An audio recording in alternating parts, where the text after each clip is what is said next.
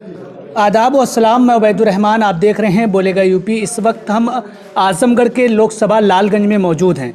आज बता दें कि आजमगढ़ की 2 लोकसभा है। एक से समाजवादी पार्टी ने पूर्व प्रत्याशी धर्मेंद्र यादव को प्रत्याशी बनाया है, वहीं दूसरी तरफ दरोगा प्रसाद सरोज जो कि पूर्व सांसद रहे लालगंज से, एक बार फिर ने समाजवादी पार्टी ने आप पे भरोसा जताया। सर, क्या कहेंगे जिस तरीके से अभी सबसे पहले आपसे कल का सवाल कर, जिस तरीके से लगातार ये आरोप लगाए जा रहे हैं कि चुनाव पोलिंग को स्लो कर दिया गया था और महिलाओं को परेशान किया जा रहा था, क्या कहेंगे इस पे सर? देखिए, सबसे पहले मैं आपको धन्यवाद दे रहा हूँ।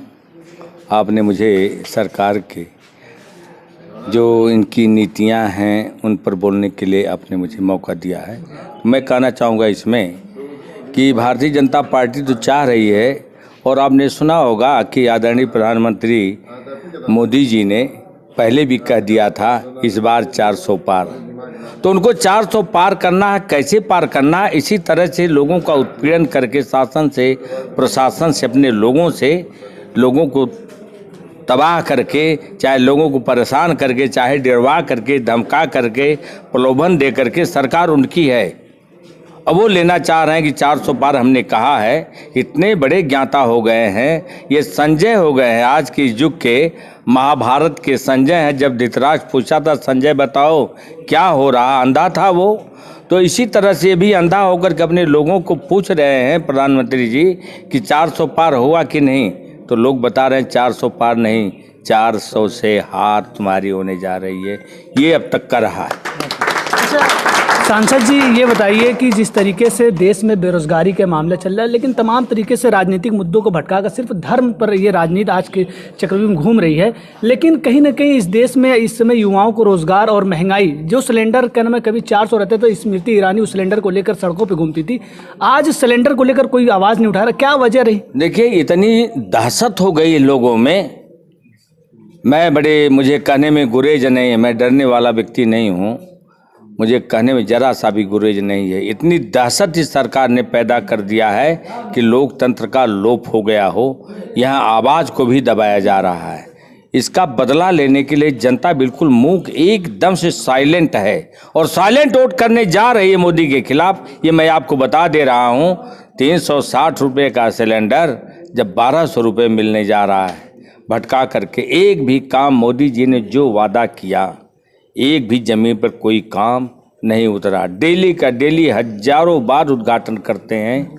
एक प्रधानमंत्री एक विधानसभा में जा कर के मैंने सरकार के पैसे का जो मिसयूज कर रहा है, हेलीकॉप्टर से, जहाज से, जैसे हो रहा है तैसे लोकतंत्र को ख़त्म करना चाहता है। संविधान को यह आदमी ख़त्म करना चाहता है कि मेरा राजपाट चले, और उसको ये नहीं है कि बेरोजगार जो भटक रहा है वो कल हमें क्या कहेगा।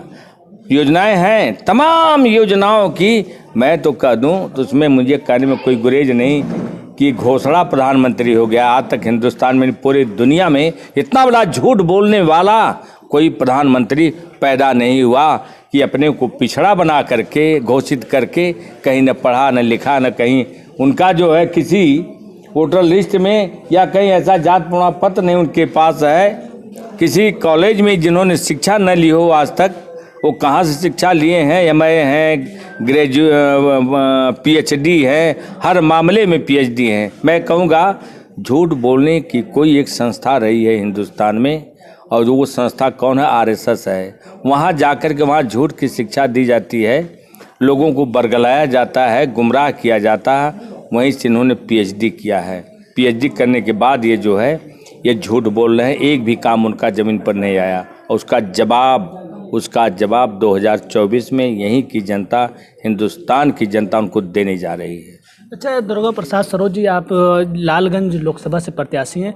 लालगंज में जो पिछड़े इलाका है, थोड़ा शहर से हटकर है, और यहाँ के मुद्दे आप देखेंगे, सड़कें सबसे बुरी हाल है। हालांकि प्रदेश सरकारें करी, हमने सड़कों का जाल बिछा हुआ है। क्या दरोगा प्रसाद सरोज जी लालगंज से निकलकर सड़क से लेकर संसद तक आवाज़ जाएगी?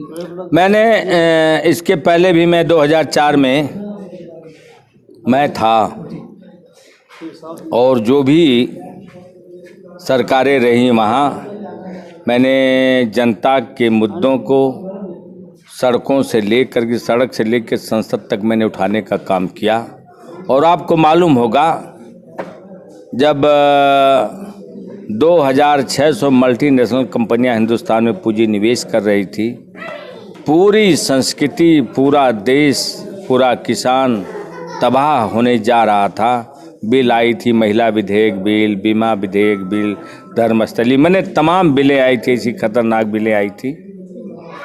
उस बिल को मैंने पढ़ा था कि ईस्ट इंडिया कंपनी से बड़ी बड़ी कंपनियां थी 2600, और मुझे ये मालूम था कि मैंने इतिहास के पन्ने को पढ़ा था कि एक ईस्ट इंडिया कंपनी आई जब देश में व्यापार करने, तो उसने देश को गुलाम बना लिया। यही हाल है, 2600 मल्टीनेशनल कंपनियां जहां आ रही हैं तो देश की क्या हाल होगी। हमारा लोकतंत्र खतरे में हो जाएगा, हम आज़ाद नहीं होंगे। उसमें आरक्षण था, महिलाओं का भी आरक्षण था, याद होगा आप, तब आप बहुत छोटे रहे होंगे बाबू, बहुत छोटे रहे होंगे। तो मैंने कहा था कि महिलाओं का आरक्षण 33 नहीं 50% कर दिया जाए। उसमें हमारी भी महिलाएं हैं, लेकिन हमारा आरक्षण अलग करके 50% आरक्षण कर दिया जाए। तो मैंने कहा था कि जितनी जिसकी संख्या भारी उतनी उसकी हिस्सेदारी।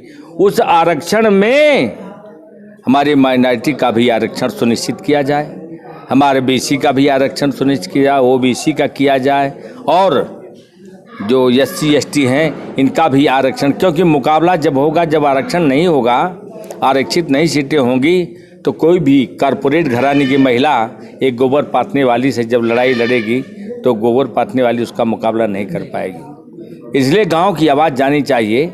उस समय मैंने बहुत ज़बरदस्त विरोध किया था सरकार का, वो बिल पेश भी नहीं हुई, और बाद में आ करके इन लोगों ने फिर पेश करवा लिया है, अब पास भी हो गई है। 25 साल के बाद वो बिल आई, समझ रहे हैं। सांसद जी, क्या नाम से इस रोड के पे आप अभी आज गुजरे होंगे, रोड के हालात देखकर क्या यहाँ का सबसे बड़ा, इस क्षेत्र का मुझे लगता है जो सबसे बड़ा मुद्दा और जो नाराज़गी जनता में, वो सड़कों को लेकर क्या कहेंगे आप, क्या सोचते हैं इस सड़कें तो देखिए बनती बिगड़ती रहती हैं, उनकी भी एक अवधि होती है कि कई साल के बाद बनेगी।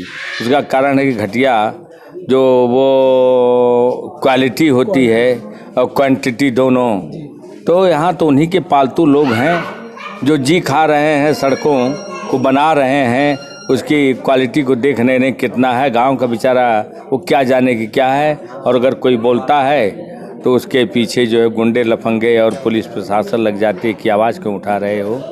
तो सड़कें तो बन रही हैं, तमाम सड़कें बनी, इतनी सड़कें बनी हैं, लेकिन माननीय अखिलेश यादव के ज़माने में जो सड़क बन गई वैसी जिस पर जो है लड़ाकू विमान उतर रहे हैं, वैसी सड़क मोदी सरकार ने कहीं नहीं बनाया है, ये मैं आपको बता दे रहा हूँ। आखिर में सर अपनी जनता के लिए क्या कहना चाहेंगे, क्या अपील करना चाहेंगे हमारे माध्यम से? हम लोग अपील ये करते हैं कि इंडिया की सरकार बनाओ, गठबंधन की पीडीए की सरकार बनाओ, सारे लोगों को रोज़गार मिलेगा।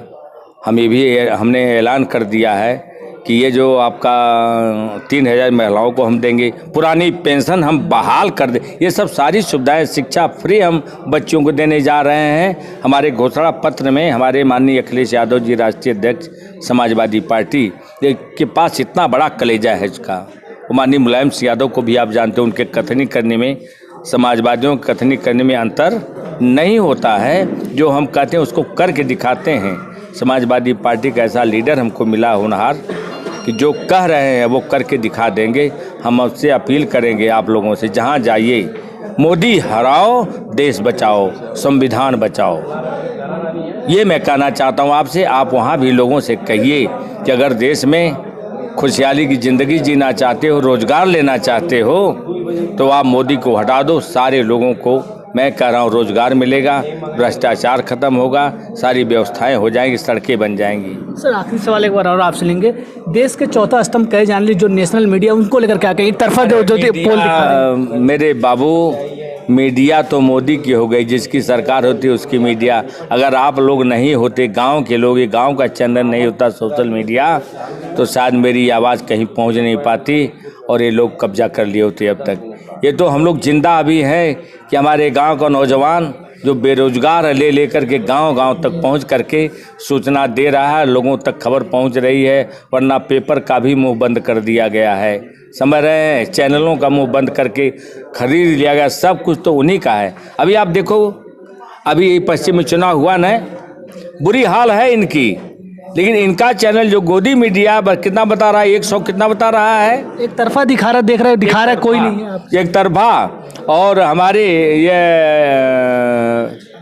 पीडीए को ये बता रहा 6-7 सीट, समाजवादी उसमें एक भी सीट नहीं है, जबकि मैं बता रहा हूँ आपको आज सन 77 की जेपी मूवमेंट का चुनाव ये होने जा रहा है। मैं बता दे रहा हूँ कि कहीं मोदी की जमानत न जब्त हो जाए, 80 की 80 सीट वो पीडीए के पक्ष में इंडिया गठबंधन में होने जा रही है। मैं आज कह रहा हूँ आपसे, आओ बता दो इसमें से जितने लोग बैठे हुए हैं, बता दो एक भी कोई व्यक्ति, कोई बच्चा नरेंद्र मोदी का, प्रधानमंत्री जी का नाम ले रहा है? कोई जोगी जी का नाम ले रहा है? जोगी बाबा को ठोंकू बाबा कह रहे हैं लोग, हैं ठोंकू बाबा हैं ये।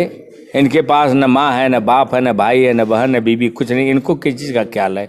क्यों ही जानेंगे? गरीबी क्या जाने ये, जबकि गरीब परिवार से आए हैं ये आदरणीय जोगी जी। इनको गरीबी के बारे में मालूम नहीं कि एक यतीम बेचारा जिसके पास एक बिस्सा जमीन न हो, चरागाह में कहीं बंजर में जाकर के बस गया है और वो बड़े लोगों की गुलामी नहीं कर रहा है, तो एप्लीकेशन दे दिया गया, दरोगा वहाँ तुरंत पहुँच जा रहा है, जमीन दोस्त कर दे रहा है, उसके मंडे की जमीन दोस्त कर रहा है खुले आसमान में। कहाँ तो तय था रोशनी हर घर के लिए? किसी ने लिखा कि कहाँ तो तय था कि रोशनी हर घर के लिए, कहाँ चिराग मवसर नहीं शहर के लिए। ये हैं जोगी जी, ये हैं मोदी जी। बहुत बहुत शुक्रिया सर। बहुत बहुत धन्यवाद।